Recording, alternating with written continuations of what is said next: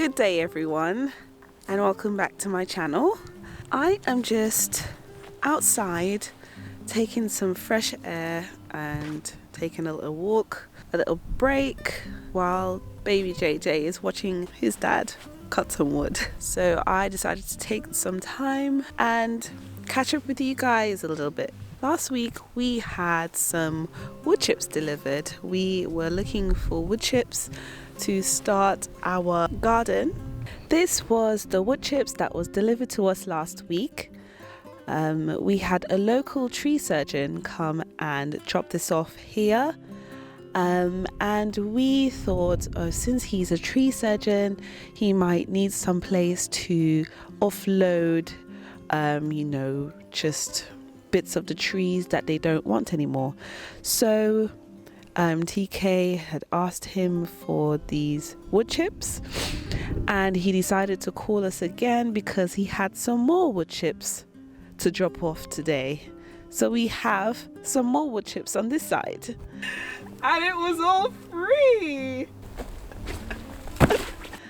The tree surgeon said it was a massive tree, but wow, look at this, free wood chips. Praise God for that. This is from an apple tree, and this was from an ash tree. Good for fire, good for burning. We're gonna use these, wait for it to decompose a bit more, use it as compost, right? Is that right?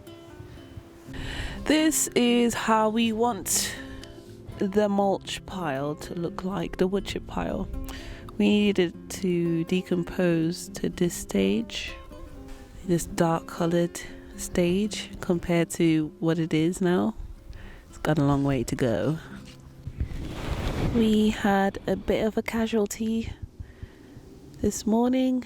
It got in a bit of a squabble with a hawk, and poor little guy lost the battle. The hawks seem to be very territorial, and I guess this bird was just in the wrong place at the wrong time. I wouldn't show you the head just in case there are kids watching this channel. Today is a bit of a windy day. It's cold and I'm feeling some raindrops, so we're going to head back inside and update you a bit on what's been going on around our new home. Out here I have JJ with me. Say hello, Baba. Hello. Hi.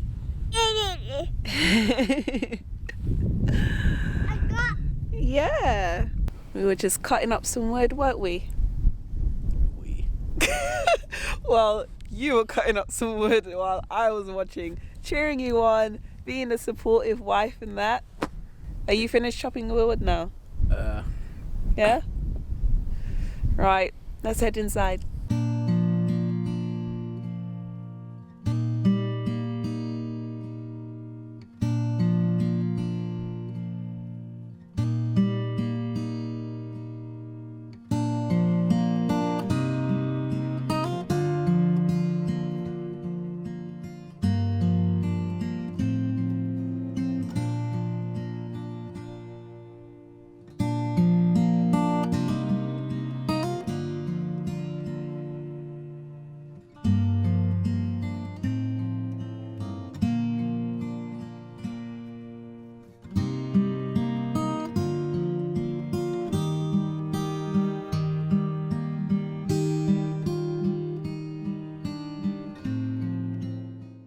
Hey guys, now we're back inside and now we're nice and toasty.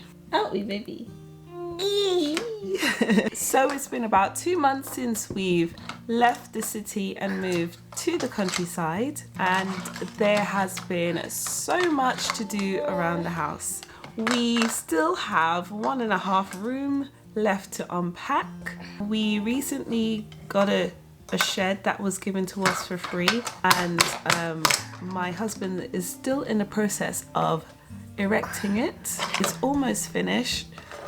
We have some stuff that needs to go into the shed, bicycle, tools, stuff like that that's taken up too much space inside the house. with this property, we were given 2 extra acres. We are still in the process of planning what we'd like to do with the layout of the land and what we'd want to do first. We were discussing today that I'd like to start with a herb garden first, a medicinal herb garden. It will also have herbs that we use for cooking as well, such as basil, rosemary, oregano, thyme, stuff like that. But also medicinal herbs like marshmallow, red clover, chamomile, etc. We want a little section of the garden that's close to the house. So if I need something that needs to be added to a recipe that's in the herb garden, I can just step outside, quickly pick them and come back. As we have never been gardeners before, this whole process is taking a bit of time. It's actually teaching us how to be patient. We have never been gardeners before. Our day jobs were just office-based jobs. So I was a medical secretary in the pediatrics department and also the oral surgery and orthodontics department at a hospital. And TK, he also has an office job. So we had office jobs. We have never done a garden before. The earliest memory I have of planting anything is that I used to help my grandmum in the garden. We used to weed and she used to plant peas. I planted peas before, like pigeon peas.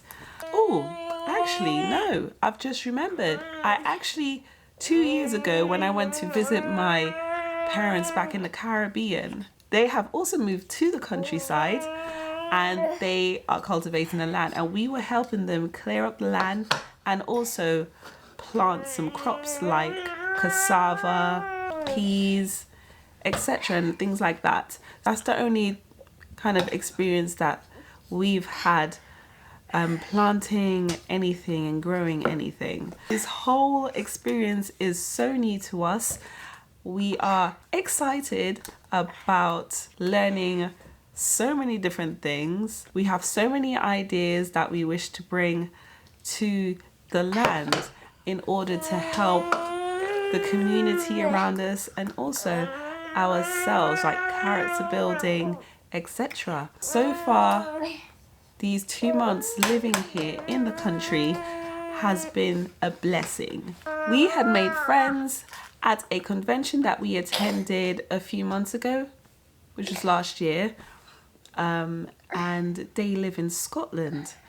They are Robert and Michelle. I'll link their channel here or towards the end of the video, where you can head over there and support them and subscribe to their channel. They are farmers in Scotland, in Aberdeenshire. They have been giving us some nice tips on how to grow microgreens. Now, microgreens is something that we had never heard of before. Microgreens or microherbs. We decided that we'll give these microgreen things a go. The first thing we grew was China rose radish. I had never had radishes before, and neither have I had any type of microgreens ever.